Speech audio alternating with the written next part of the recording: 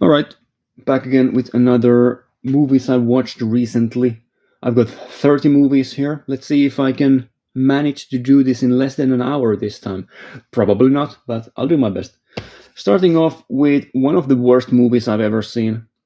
I'm truly shocked by how bad it is. I wasn't expecting, I was completely blindsided how bad it was. I thought it would be pretty bad, but still. Treasure of the Ninja by William Lee. Now, this is a 1980s independent DIY action movie. It has a surprisingly high score on IMDb and also Letterboxd. I have no idea why people are rating it as highly as they do. People sometimes call this like a hidden gem of bad movies. I thought it was just shit. So nothing gem-like here at all. It is shockingly bad.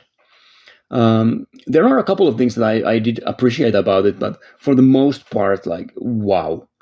Some of the worst parts about this movie are that it looks awful. It is from the 1980s. It says on the back here that it was shot on Super 8, but there is nothing super about the picture quality. It looks like a really, really low quality, like bad VHS tape quality. There is nothing professional about this at all. Like the lighting, that there is no lighting. It looks awful. There is no proper sound capturing or anything.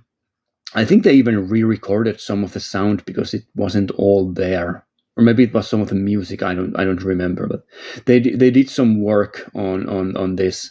They had to do some work on this. Like it's pretty bad. It's really bad. It says here on the back, Treasure of the Ninja was shot on Super 8 and edited on tape. Please approach the technical quality of the transfer with empathy. I have no empathy for this movie. It was so bad. It's just a bunch of African American people walking around in the woods in like Ohio, pretending that it's a jungle for some reason. And there's like an ancient treasure and some like demonic entity guarding the treasure, and then people have martial arts fights in the woods. It's not good. It could be pretty funny if it was like an hour and 20-minute long movie, or like an hour and 15 minutes. That would be merciful, but it's an hour and 45 minutes. It's pure torture. It's pure torture to get through the movie. One of the good things about the movie, just to end on a positive note, is that the guy who directed it, William Lee, you can see him here on the cover. Like, he's an actual martial artist. Like, he does some pretty cool moves in the movie. Like he can do some high kicks, he can do some spin kicks. He has some moves in his back pocket. So some of the martial arts fights are actually pretty impressive. Or let's say surprisingly impressive, considering that the rest of the movie is just trash. But yeah, let's see if I can put that properly on screen or something. Yeah, so there we go. Treasure of the Ninja. It's awful. Next up, let's continue with disappointments. I watched the Hong Kong horror movie Devil Fetus. Of course, I buy a movie called Devil Fetus. Like, how could you not, with this cover and this title? However, the movie is pretty damn dull, unfortunately. It's one of those movies that's sold with the title and then like a trailer that has some crazy highlights in it. But for the most part, I thought this movie was incredibly slow and dull, really boring, doesn't really go anywhere. You would expect there to be more horror elements, more mayhem, but it's all really at the start of the movie and then at the end of the movie. And then the rest, the middle portions, are just this kind of meandering family drama thing going on. And yeah, the ending is fantastic with the monster. The special effects are really cool. I don't want to spoil anything, but yeah, it was a huge disappointment for me. The artwork is fantastic and the release itself is fantastic. Except for the special features. The special features are really lacking. There isn't much there to it. There is an audio commentary, sure. There are some like trailers or whatnot, but nothing really much to it. There is the poster artwork for the reversible cover. Yeah. I didn't remember to give a Treasure of the Ninja a grade. I would give a Treasure of the Ninja a solid 2 out of 10. No, actually, no. I'll give it a 1 out of 10. It's so bad. I'll give it a 1 out of 10. The martial arts stuff doesn't save it. And for Devil Fetus, I can't give it more than like a solid 5 out of 10. Really, it was a really big disappointment. Now, moving on to more positive things. Another Hong Kong release by 88 Films, Her Vengeance. This one I had heard nothing about. It was a complete blind buy. This was a positive surprise. I enjoyed this quite a bit. It has a nice old school Hong Kong aesthetic to it. It really much feels like an 80s Hong Kong movie, like the good ones that I'm used to watching. And yeah, I mean it's a basic revenge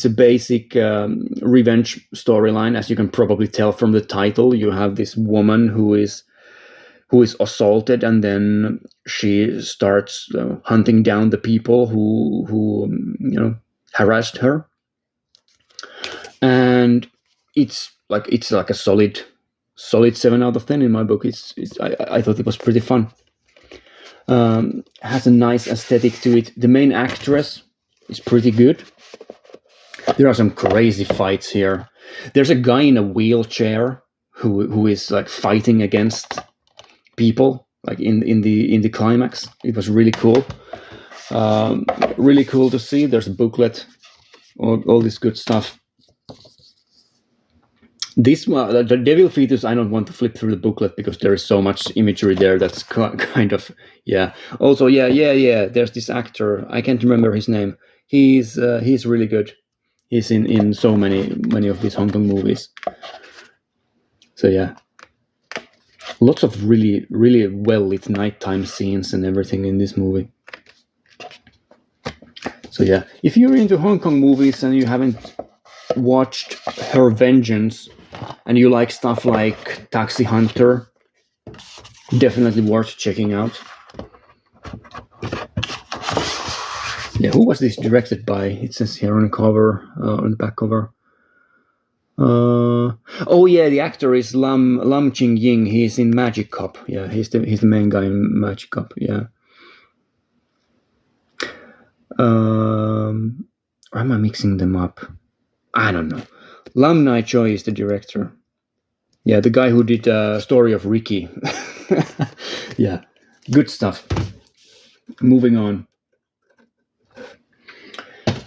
I also watched another 88 Films release. I watched Detonation Violent Riders, which is a Japanese biker gang movie directed by Teruo Ishii. I thought it was pretty fine. There's some tits on the back cover. That's cool. It's again another Teruo Ishii movie. Another Teruo Ishii movie I would give a 7 out of 10 to. It's fun. Like it's very much, well, that there goes that booklet. I'm not going to show that. There's just too much nudity. God damn it. Anyway, it's an interesting one. It doesn't feel like a Teruo Ishii movie. It feels more like a Kinji Fukasaku movie. Like Teruo Ishii is I would assume kind of trying to copy the style here, where the movie starts with this sort of like a montage sequence with this really fast cutting and this like bombastic style. That's very Kinji Fukasaku like. And it has this kind of like a true story style that many of the Yakuza movies in this era, this is from 1975, many of the Yakuza movies from this era had this kind of like shocking true tale style to it, and this is very much in that vein. The biker the biker gangs and the bikers are like actual biker gangs and actual bikers for the most part. It's interesting. So the special features are quite fun here, where they go into detail discussing like all the issues with the shooting of this film, where they had these rival bike gang members there, and how difficult it was to direct them, just because they were just causing mayhem. It's pretty fun. Like, Unfortunately, not as exciting throughout the movie as I would have hoped for. So it does like slow down quite a bit. The main actor is really charismatic and really fun. So yeah, there you go. Detonation Violent Riders. It's like a high 6, low 7. Again, another Teruo Ishii movie. I always kind of like them, but they are always then a bit disappointing, maybe lacking in many aspects. Right. So far, many disappointments.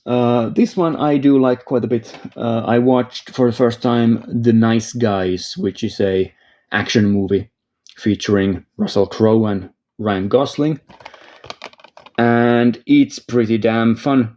It's like a comedy action movie directed by Shane Black. Pretty long, at almost 2 hours, but feels shorter. So yeah, you have these kind of pretty incompetent private detective people who are investigating this disappearance, and there's a kind of a conspiracy that unravels as it moves on, and it's really fun. Like the action sequences are insane, both in like how many bullets are flying around, and also the scale of it, especially at the end when there's this huge party and then just all kinds of mayhem happening. I enjoyed Mr. Nice Guys, The Nice Guys quite a bit. This also recently got a 4K release from Second Sight. I have just this old Nordic Blu-ray, but yeah, like a fun action movie from the 2000s. There aren't that many of them, to be honest. Like action movies from the 2000s are usually not really something that I care for, but The Nice Guys, definitely worth checking out. Another great action movie, I watched 13 Assassins for the first time. This is by Takashi Miike. It immediately shot up to like one of my favorite 2000s movies, really. It's incredible.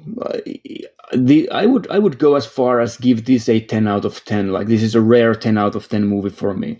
It's a samurai film that ends with a 40-minute action sequence. It's so well executed, like crazy stuff.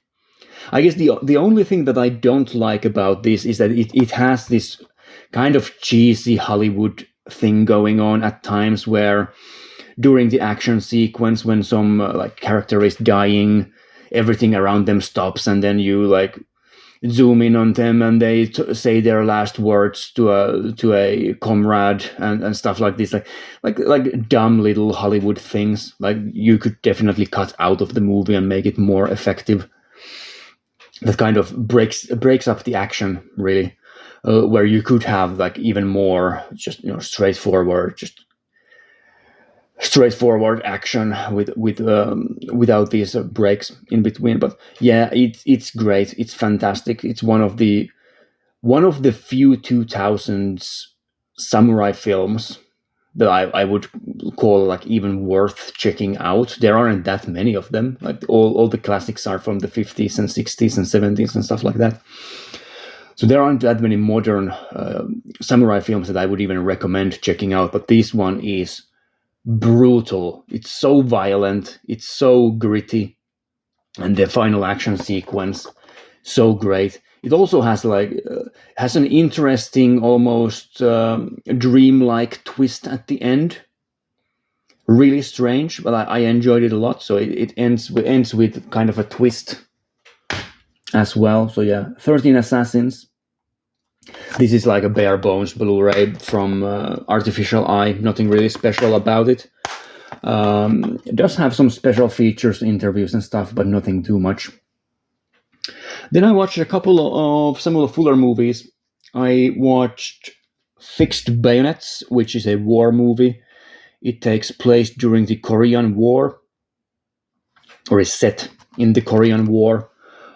This is from 1951, so it's quite it was quite topical at the time, definitely. and it's an interesting war movie. It doesn't have that many like war sequences in it per se. It's more about just the soldiers waiting and waiting and waiting, and then there is a little bit of action, and then it's just more waiting and waiting and waiting. It's kind of fighting against time almost. It's about this group of soldiers who are kind of left behind as a rear guard as the US forces are retreating. And there's only a handful of the soldiers there, and they have to kind of make the enemy believe that there are more of them and kind of hope for the best. So it's this fighting against a ridiculously overpowering force with this small group of soldiers. Yeah, it's pretty well done. It's a 1950s war movie, so there isn't really that many action sequences. It looks kind of cheap, and yeah, but it's Samuel Fuller. Like, he has a really good touch for this sort of thing. So yeah, I would give it like a solid 8 out of 10. It was definitely an enjoyable watch, and like making war movies on a budget is not easy, because you need to have so many extras and so many like pyrotechnics and explosions and everything if you want to make it really nice, and you have to like do a lot of set design to make it look like it's historical and stuff like that. So yeah, I guess not in this case because it was made in the 50s, so it's not really that much after the actual events that it talks about. Right, and then I also watched Pickup on South Street, which is a noir by Samuel Fuller. A really good one as well. Samuel Fuller doesn't really miss that often. So yeah, it's about a pickpocket who like pickpockets the wrong person, steals some government documents on accident, and then there's of course a bunch of people who are trying to get like in this sort of movie always is there are many different factions who are kind of trying to get their hands on the loot, and this guy named Skip McCoy, which is probably the most noir movie name you could ever come up with. Skip McCoy, come on, that's a bit on the nose. But yeah, it's an interesting one. It has some nice locations as well. I if I remember correctly, because I've watched so many movies, if I remember correctly, the guy kind of lives in this shack on the waterfront. It has some really nice waterfront imagery with the ocean waves and everything, and some interesting stuff going on with it. So yeah, very very difficult to talk about noir movies without spoiling anything, because it's all about like who gets the loot in the end and what happens to whoever. So I don't really want to spoil anything about it, but yeah, it's a good noir movie. I'd give it like a strong 8 out of 10. Some people rate it even higher than that, but I don't know. Maybe if I rewatch it, I'll appreciate it even more. That is often the case with many movies. Right, moving on to Radiance films. I watched a bunch of my Radiance films backlog. Some good, some bad. I first of all watched Weak Spot by Peter Fleischman. It's an interesting one. It's unfortunately maybe a bit too long. It's hour 50 minutes. I guess the problem with this movie that I had is that the first half is incredibly slow and doesn't really seem to go anywhere. But then the second half is quite interesting. There are lots of twists and turns. So it's about this guy who gets picked up by the police for whatever reason. It's kind of like a Franz Kafka thing going on. So there's this guy who like gets picked up by police, and they are like transferring him to other like a different place for an interrogation or whatever, and they just kind of move this guy around. But the storyline does pick up quite a lot from there. It's very interesting. It has an interesting political background. It's set in Greece. I don't want to spoil any. Again, I don't want to spoil anything, but it has an interesting political background and interesting ideas, like in many ways. it's just unfortunate how slow it is at the start. But yeah, the ending twists and turns are really interesting. I really liked it a lot. So you have this like police officer who is in charge of the guy, and everything isn't like it seems. There are some things going on in the background. Like it's interesting. I thought it was good. So yeah, I guess the political background, it says it's there as well. On like there, like this guy is suspected of being part of like an underground resistance against the government and stuff like that. But whether he is or is not, that's a difficult question to answer. You have to watch a movie to find out. Yeah, it's cool. It has a really good grip on you after it starts picking up. It takes so long to pick up the action. So yeah, Weak Spot by Fleischman. I'd give it like a low 7 out of 10. Maybe on a rewatch again, I would appreciate it more, but not this time. One of the biggest disappointments I've had with Radiance is Visible Secret. I watched this one. It's by Anne Hui. It's a Hong Kong horror film from the early 2000s. I thought the movie was pretty atrociously bad, to be honest.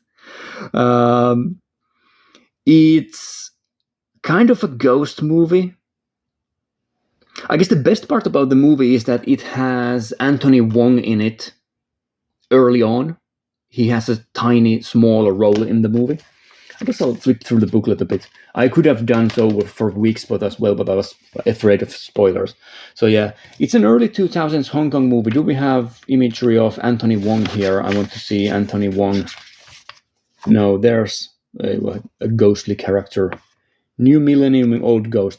The imagery here looks great. And the movie seems quite compelling, but I just thought it was incredibly disjointed and just a mess, like a complete mess of a movie. Like I wasn't expecting no Anthony Wong in the materials. That's unfortunate. Yeah. So yeah, I wasn't expecting the movie to be this disjointed and awful. Also, the visual style, like early 2000s, like you can see from like this. Like all the makeup and the clothing, it just brings up bad memories from my childhood. I hate the visuals of the early 2000s. This annoying early millennial, like really strong makeup and this awful clothing style. I hate it so much. So yeah, I didn't really enjoy Visible Secret at all. Really glad to have the Blu-ray though, because it's a single pressing and it's probably going to get quite expensive and collectible in the future. But yeah, I would go even as low as give Visible Secret like a 5 out of 10. Didn't really get into it at all. Now, another horror movie by Radiance, which I rate very highly, is In My Skin. This is again movie that I watched for the first time, only first time viewings here. There are some rewatches here later on, but this early part, only brand new stuff for me. Directed by Marina Devan, who is also the main actress. You can see here on the cover. This is the most extreme of the new French extreme movies I've seen, like disturbingly extreme. And I enjoyed it a lot. I usually don't enjoy the new French extreme movies because they just try to be edgy too hard, and it just doesn't. They are at the same time trying to be really edgy and they're really artsy, but they don't really pull off either one of those. But yeah, In My Skin, this is a extreme movie. So if you're squeamish about blood, knives, stuff like that, don't even check it out. Like, you're not going to have a good time. It is almost autobiographical. You have this, like, this is the director, Marina Devan. She is basically telling the story of her own childhood or own like teenage years here, where she had this urge to like self-mutilate for real. and that's what she does in this movie. Like, she is just spiraling out of control, like cutting herself, eating her flesh. She did tell in the special features that that's not something that she used to do, but it's added to the movie as like an effect. So she didn't use to like bite her arms and whatever, but she did use to eat parts of her skin and stuff that she cut out. But she wasn't like cannibalizing herself as much as she does in the movie. So yeah, it is really horrifying. This movie is horrifying, but it's also very well made. It's very effective, and I like movies that make me feel disgusted, like for real, because it's not something that affects me quite often. I find most horror movies just kind of cute because they're trying to be so edgy, but it doesn't really work on me. But this one did. Like, it's truly horrifying. Like, she is just cutting chunks of her own flesh from her arm and just eating it.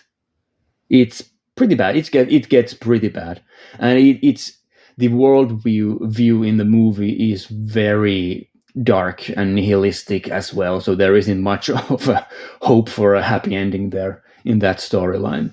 And the final image is really striking. I don't want to spoil anything, but yeah, I was extremely impressed by In My Skin. I would give it like a high 8 out of 10, which is for a French extreme horror movie. Like, that's a really high score.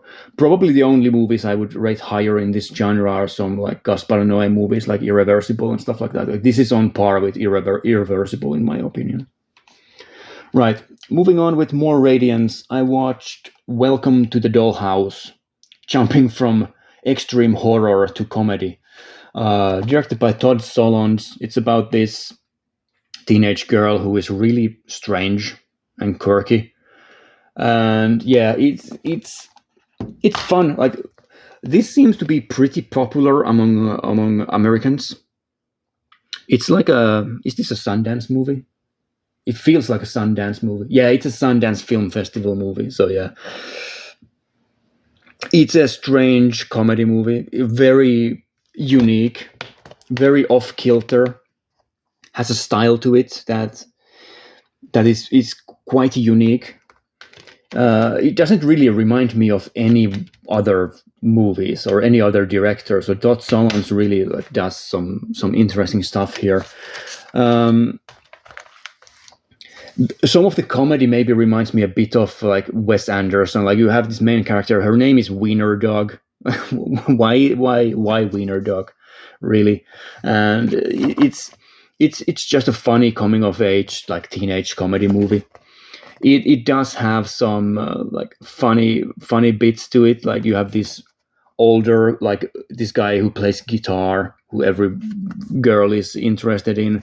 You have this boy here who is like a complete jerk and a bully, and kind of forcibly makes her his girlfriend, I guess. Although he is also bullying her.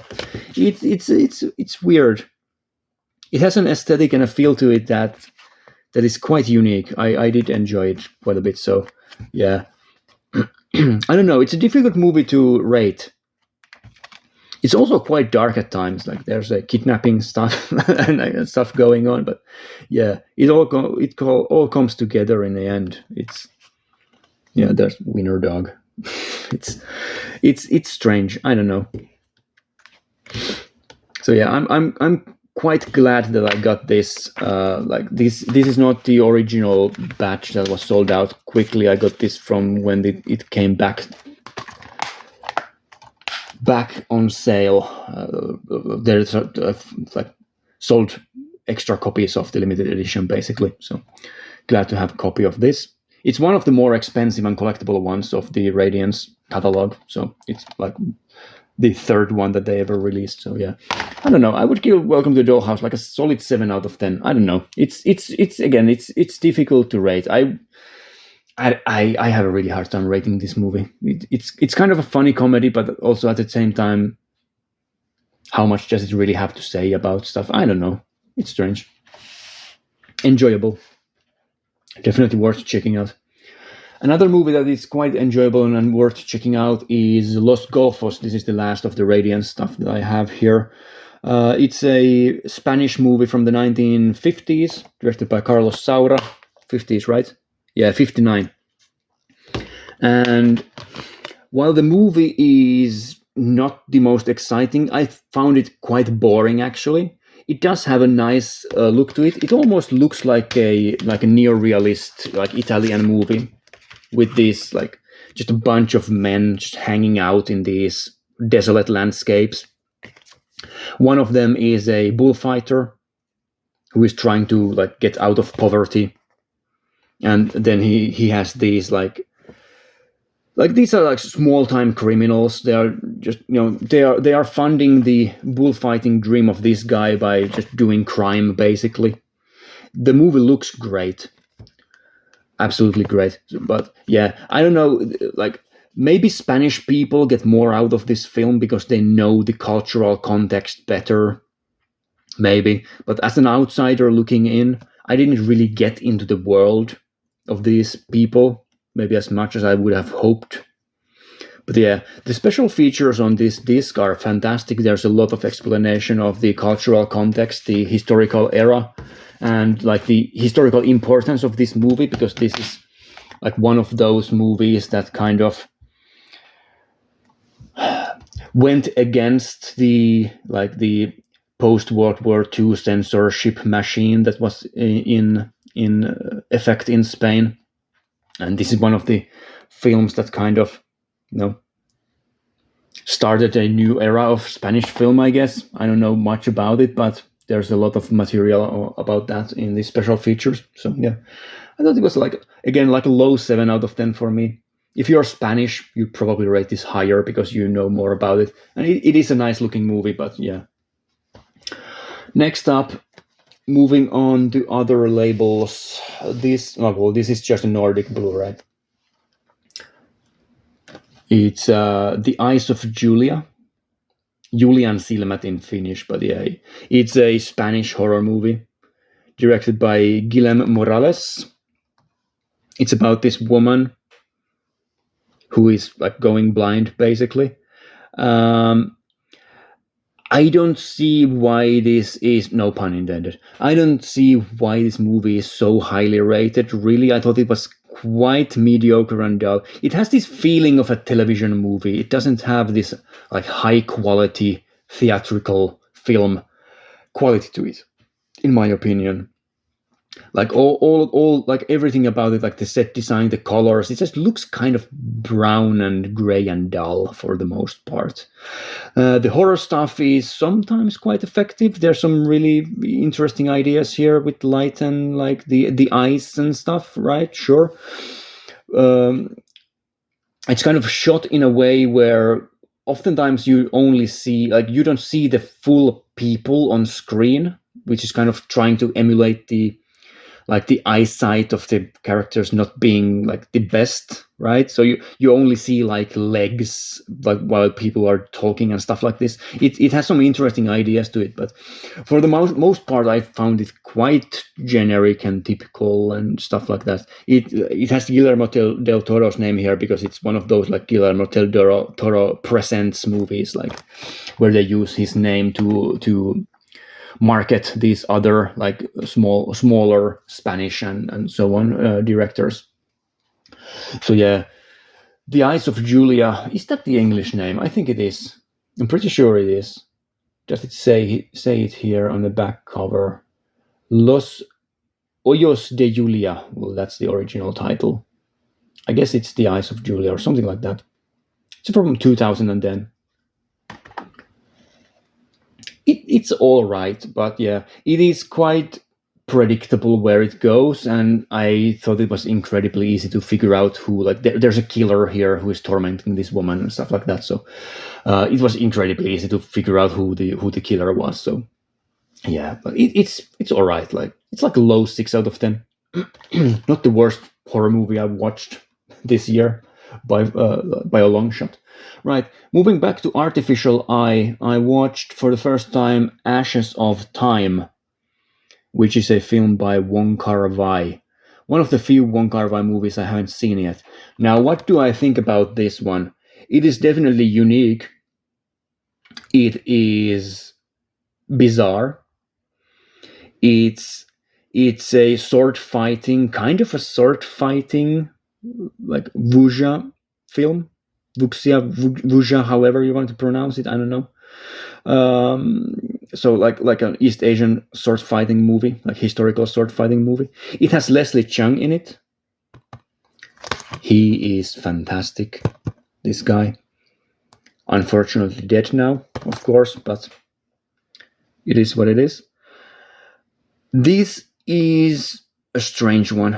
It does have cinematography by Christopher Doyle in it as well, who did like the classic Wong Kar-wai films, many of them, like Chungking Express and stuff like that. This has a visual style to it that is at times beautiful, at times atrocious. I don't know how to feel about it. The best way I could describe what this movie looks like without actually showing it is that if you played video games in the early 2000s on the PC, when they first introduced the bloom effect, right? You had games like Counter-Strike Source with the Source engine that had this really high bloom effect that you could turn on. This movie looks like an early 2000s video game with the bloom effect turned to maximum and then having like full motion blur, and then you like shake your mouse around. So then you have the full motion blur and the bloom effect going at the same time. That's what this movie looks like. It is incredibly bright, almost like blindingly bright, and has this strange and surreal color palette to it. It's far too bright, and it looks like nothing else really. Is that a good thing? Is it a bad thing? I guess that's up for everyone to decide for themselves. I thought it was interesting, at least.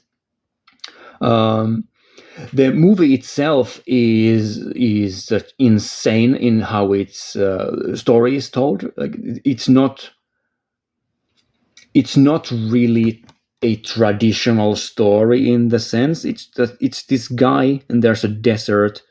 And he's there's these assassins. And it's kind of difficult to even really know which character is which. And there's this, if I remember correctly, there are time jumps in the movie, like really drastic time jumps, or like something like that really like disoriented me. I had a hard time really even understanding what is going on in the movie. And these like actors in it that are kind of, it's quite difficult to sometimes tell who is who even in the movie. It's a disorienting movie. I guess it's on purpose, but I wouldn't expect Wong Kar-wai to just throw random stuff together. But it has to be on purpose. Like there's some purpose to it. But I don't freaking know. Maybe I'm dumb enough to get it, but too dumb to not get it. I don't know. It's a confusing film. It's a visually unique film. It's worth checking out. I'll probably rewatch it at some point. Maybe I'll get more out of it then. But yeah, I can't go lower than an 8 out of 10. It's a Wong Kar-wai film. It has some incredibly well-directed sequences in it. The fight sequences are strange. You barely see the fight. It's more like people standing, and there's this strange camera angles, and then there is some kind of action going on. You can barely see what is happening, and then one of them is dead. It's very strange for an action movie. Now, a very straightforward action movie in comparison is Tropa de Elite, which is by the screenwriter of City of God, which is one of my favorite movies of all time. It's a Brazilian action movie about these special forces, these police special forces fighting against cartel activity and drug dealers. Incredibly politically incorrect and dark and violent movie. Like the police are not fucking around. No, they are not fucking around here at all. They go into the slums. the favela, and they just shoot anyone who they come across who seems like a gang member. No questions asked, just bullets to the face. I guess this is kind of topical. Again, this came out in 2008 because there was a massive raid in the favelas in Brazil. Just I'm recording this in early November now. So yeah, just this week there was this massive raid in Brazil. I can't remember which city or if it was multiple cities where like hundreds of people died when the police raided these favelas. Like it's I thought this movie was fantastic. If you are not a huge fan of the police, don't appreciate police work, you're going to hate this movie because this is very pro police and against like the criminals. Like the way that the killing of the criminals is like shown very explicitly is almost like glorifying the violence against them, I guess. Yeah, this is a very strong action movie, like a strong 8 out of 10 for me. And then the sequel, Tropa de Elite 2, which also has the same main character. So in the first movie, this main character is one of the leaders of this what is it called, like BOPS group or whatever, the special forces. He's one of the main guys, like a group leader. And in the second movie, he is more like a political figure now. So in the first movie, he is kind of training his successor, who he wants to take his place, and then in the second movie, he has moved on from the actual like front lines to more of a political background figure role, right? So this movie kind of picks up straight from where the first movie left off. The fight against the criminals is still going on. You have some of the other characters from the first movie, like this one, this guy here, fighting against the criminals. Yeah, it's not Bops, it's Bope. I don't know how that's pronounced, but yeah, BOPE. And yeah, this one I was expecting a cash grab sequel because this was a massive hit when it came out. It's one of the most seen Brazilian movies probably ever. I was expecting this to be just a lazy cash grab type sequel. No, this is like as good, if not even better than the first one. Very interesting. This is more on the political turmoil. You have this activist who is working against this police violence stuff, and then you have this guy from the first movie who is kind of there in the middle, doesn't really at times know what to think, and then you have the police officers who are just brutalizing everyone, and it's really violent again. Has some incredible action sequences. It's really, really dark and horrifying, like the torture sequences. I guess one of the things that I didn't mention about the first movie, one of the things that I didn't enjoy is that how much they reuse the same scenes. Like they do these torture scenes with the plastic bags and other these sort of torture interrogation scenes. They do those over and over again in the first movie. They also do some of that stuff in the second movie, but I think the second movie is more varied in its approach, and it has more of a message also, as opposed to just being a more straightforward action movie. This has a very clear societal commentary aspect to it, even more so than the first one. So yeah, I did like this one as well quite a bit. Tropa de Elite 2. Moving on.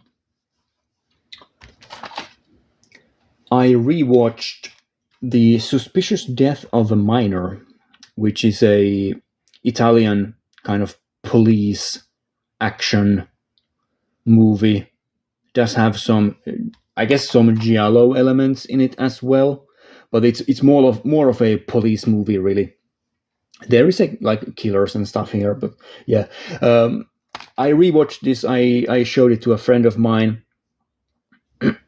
This was in Netflix of all places. However, the subtitles of the Netflix version are atrociously bad. Like we were watching this, we had like a on a PS5 like a chat call, and I watched it from the disc, and my friend watched it from Netflix, and we were kind of comparing the subtitles while we were watching the movies, and the subtitles in the Arrow Blu-ray are a million times better.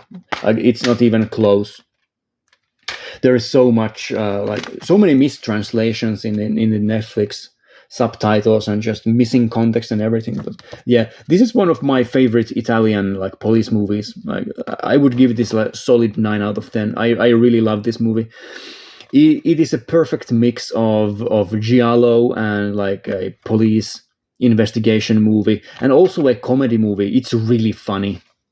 Like especially the car sequences where the main guy, like the police investigator, whatever, he has this really like pathetic little beat up Italian car, and he's driving around in that, and then there's this massive chase sequence in one portion of the movie where where they are just doing this so-called high-speed chase, but everyone is driving these shitty little cars that are just falling apart. It's really hilarious. There's a lot of really nice comedy here. So yeah, Suspicious Death of a Minor, high recommendation. Another Italian movie that I thought was quite funny is Super Snooper with Terence Hill. This is directed by Sergio Corbucci. Great director. He's the guy who directed The Great Silence, the fantastic Western. Yeah, this is a Terence Hill comedy action movie. He's a police officer. He gets some superpowers and solves crime utilizing those superpowers. It's fun.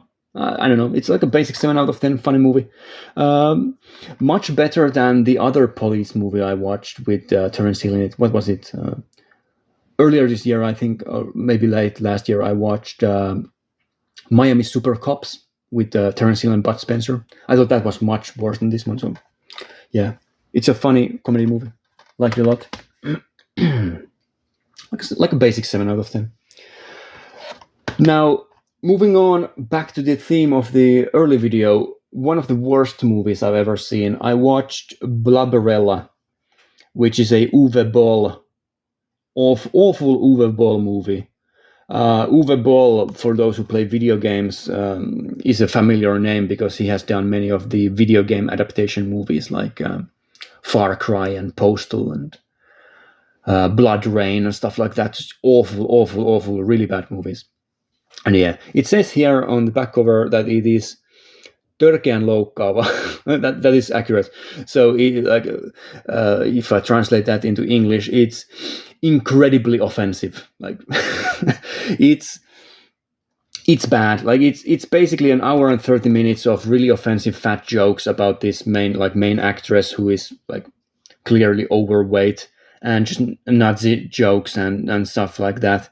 It has Uwe Boll acting in it as Adolf Hitler, as you can see there. Like it's just a bad parody movie. It's awful, like a 2 out of 10.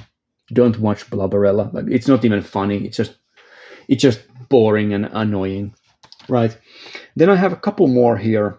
I may be able to finish in less than an hour this time. That's incredible. Moving on to a great movie. I watched Light Sleeper, directed by Paul Schrader. Has Willem Dafoe in it.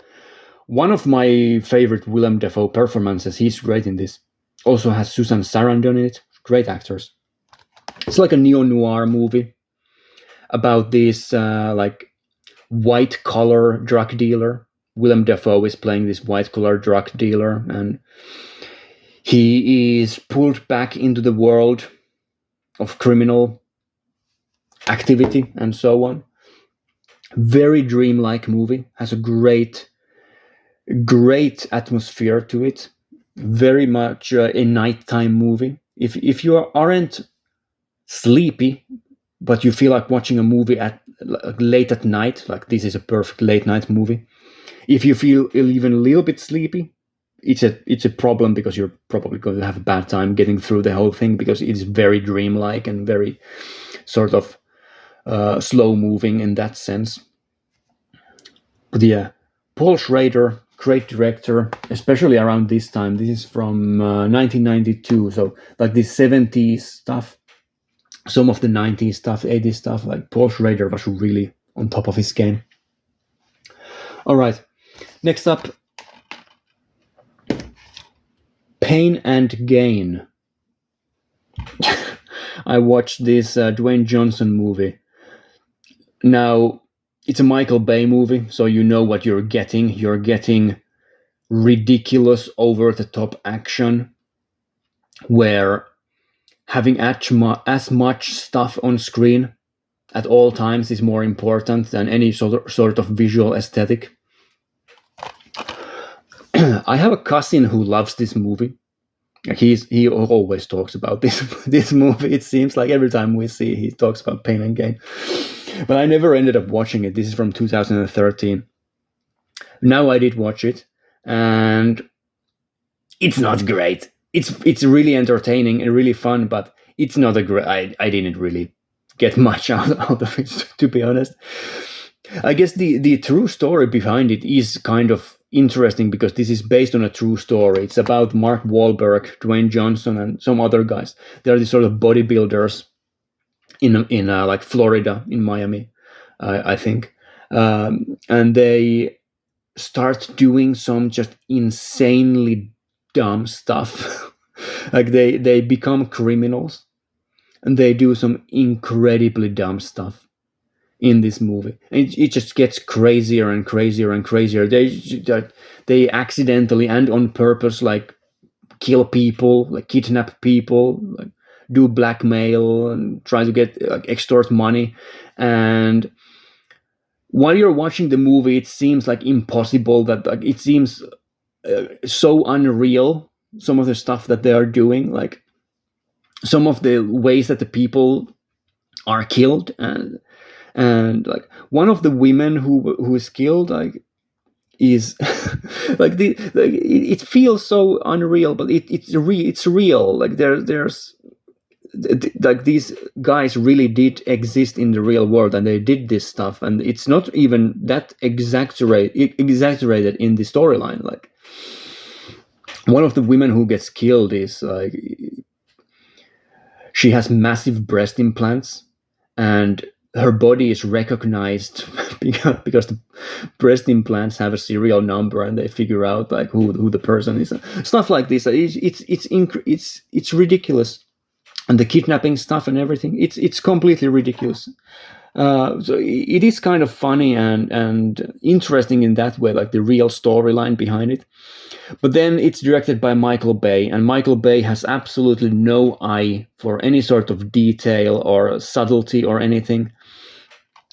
Mark Wahlberg as an actor is awful, like, has always been awful. Like he's not a good actor, and he's not good here. He's the main guy here, and he's always doing these stupid faces. And there's this annoying slow motion effect that's used all over the place. It feels very much like an early 2000s movie, even though it's from 2013. And yeah, I'm not a huge fan of Pain and Gain, but I would still give it like a low 6 out of 10, just because it's entertaining, and the storyline is just, it's so crazy that you cannot kind of take your eyes off the screen. So yeah, there's Pain and Gain. And finally, for the physical stuff, I also have again here a list of stuff that I don't have physical for, that I'll do a lightning round with at the end. I rewatched the Demons 1 and 2 films, directed by Lamberto Bava, so the son of Mario Bava. And I watched these with the same friend that I watched Suspicious Death of a Minor with. Like, these are movies that I've always liked a lot. And rewatching the first Demons, I didn't necessarily like it as much as I did it originally, because I already knew what was going to happen. So it wasn't as crazy like when the stuff with the samurai sword starts happening, and like the motorcycle stuff and everything. I don't want to spoil it, but there's some crazy stuff that happens in this movie. It's about this almost like a supernatural cult thing where there's this mask and everything. I don't want to spoil it, but um, people end up coming to a movie theater for a screening of a movie. It's like a free screening, and then they get trapped inside the movie house, and they have to try and figure how to get out of there. And then there's this sort of demonic entity. It's almost like a zombie movie in a sense. Like there's this demonic entity that starts killing people, and then those people turn into more demons and stuff like that. So, but it sounds generic, but the way it's executed is really like over the top 80s, really fun. It has incredible special effects, lots of really gruesome, gory effects. So again, if you're squeamish, not probably your favorite thing about the movie, but there's more to it as well. And then the sequel, I think the sequel is pretty fine as well. I would give like both of these movies a strong 8 out of 10. The first one is definitely, in my eyes, better than the second one. But yeah, the first movie ends in it has an open ending. It ends with some of the characters like escaping and whatever, as you would expect. And you would expect that the second movie would be a sequel. Well, it's not. It's by the same director, but the storyline is completely different. Like you are in this high-rise building with this this apartment building, and then the demon stuff starts happening in that apartment building. I like the movie mainly because of the setting. Like I like horror movies that take place in these sort of closed off areas, like the movie theater in the first movie, or like the high rise building, the apartment building complex in the second movie, or like a train or a boat, or like in the middle of the ocean, like an oil rig or whatever. Like these sort of settings, I like these sort of settings for movies, because you have this dread all the time that like, people are not going to get out of there. It's impossible really to get out of there, right? So I liked it a lot. So yeah, both of the Demons movies, great stuff. Highly recommended for anyone who is into horror movies and who likes 80s movies. Right, and then I'll do a lightning round. I have 6 movies here that I don't have a physical copy of. Starting off with 3 late 90s, early 2000s kind of American mainstream comedy movies. A friend of mine wanted to show these. I had seen some of these before, but we kind of rewatched these so that we could watch Freddy Got Fingered. So we watched There's Something About Mary. It's the one with Cameron Diaz in it. She never wears bra in the movie, so it's just Cameron Diaz's nipples in every scene. It's great.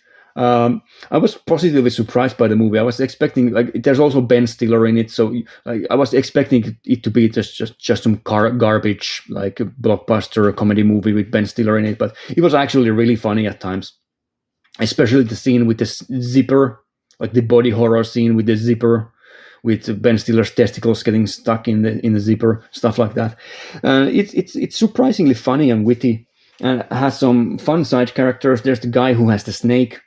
I really like the snake in this movie and stuff like that. So yeah, it's funny. I enjoyed There's Something about Mary. I would give it I would even go as far as like a low 8 with There's Something About Mary. It was really charming. Then I watched Road Trip, which is another of these comedy movies. It has Tom Green in it. I had seen this before when I was really young, maybe like 12 or 13 years old.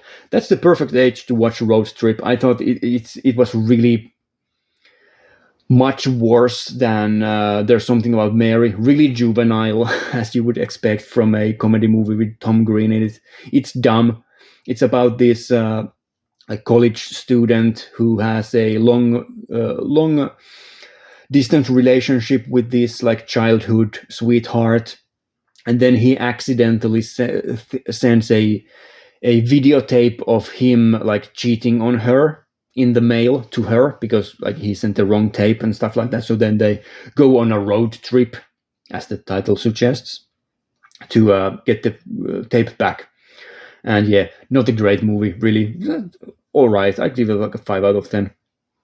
And then we watched Freddy Got Fingered, which is Tom Green's masterpiece. It's a movie that has the most 1 out of 10s and 10 out of 10s. Like whenever you find a movie that has like you look like, for example, in Letterboxd or IMDb, what the average rating is and how many people gave it whichever rating. If you find a movie that has tens and ones, and those are the biggest or those two have the largest amount of votes, then you know that you're in for a good time, because Freddy Got Fingered is one of the funniest, dumbest movies I've ever seen. It is the most juvenile and ridiculous comedy movie ever created, but it's also a satire. It's a parody movie of this annoying movie type, like what Road Trip presents. So it is on purpose so over the top, so idiotic, so moronic, so offensive that it kind of crosses the parody horizon. And I rate Freddy Got Fingered quite high. I can't give it a higher score than a 7 out of 10 because it is so annoying to watch most of the time, but it's also really hilarious. And if you know people who don't like offensive comedy, like, this is the movie you want to watch with them, because it will be hilarious how much they hate it, basically. So yeah, high recommendation to Freddy Got Fingered. I also watched Mean Streets, which is one of the original gangster movies that Martin Scorsese directed. Has Robert De Niro in it as the small-time criminal. Many people like this movie more than I do. I wasn't a massive fan of it, to be honest. I would give it a low 8 out of 10. It is mostly just gangsters sitting in a bar, annoying one another, and then having fist fights. It feels like for most of the movie that it isn't really going anywhere. But the ending is pretty damn great. Like the car sequences near the end. No spoilers. The car sequences are fantastic. Really well shot and executed. So yeah, I did enjoy it. It also has this very different atmosphere to it than other Martin Scorsese gangster movies. It's more like a neo-noir. It's not a neo-noir movie, but it has kind of that sort of a feeling to it. Yeah, it's interesting. Another movie that has a 4K release from Second Sight. Don't own it, but yeah, I'll probably get it at some point. Two more movies, and I failed at my attempt of going under an hour. So this will be this will be like an hour and 5 minutes. So yeah. I watched McCabe and Mrs. Miller, which is a Western movie by Robert Altman. Fantastic film. I would give it a strong 9 out of 10, maybe even a 10 out of 10. Kind of depends. It's like a Western movie that is completely different from what you would expect from a Western. All the men are just pathetic morons and just incompetent idiots. They can't even shoot at one another without it seeming pathetic. It deals with it has Warren Beatty in it in the main role. He is kind of running a brothel, like a prostitute. He's like a pimp in the Wild West, in this small town, which is like a mining town, and he has a brothel in there. And then this woman comes into town who becomes his business partner. And surprise, surprise, there are some people who come into town who aren't willing to cooperate with some of the other people, and then there is conflict, and it all escalates into gunfighting in the end.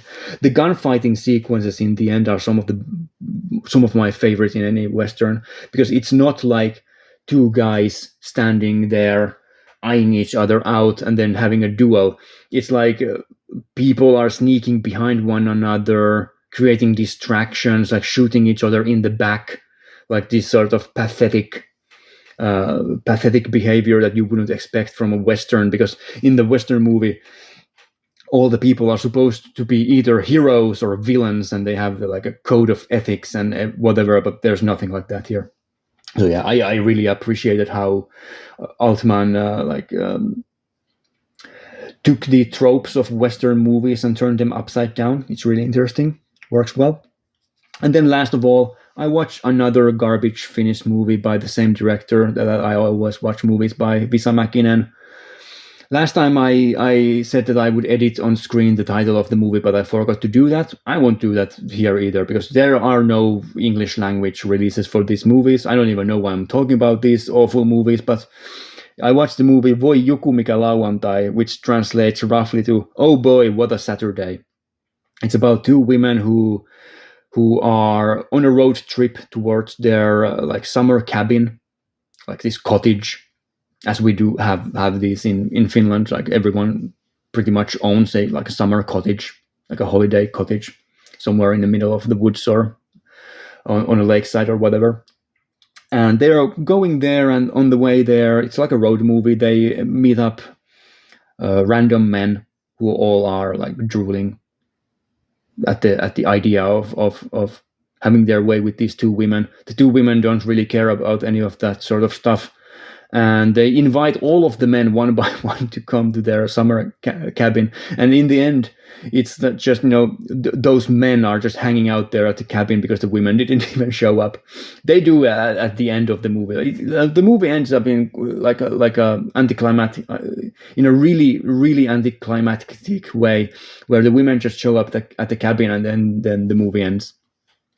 It's bad. It's not as bad as some of the other ones I watched by him. Like, there's nothing really good I can say about the movie, other than that the women actors are pretty fun, and some of the side characters are really funny because they're just these strange, like, middle-aged pervert men, which from the point of view of a female watcher is probably annoying and kind of not cool. But when you're a guy and you know these sort of people, you aren't one yourself, but you know these sort of people, is like these creeps. It's kind of funny.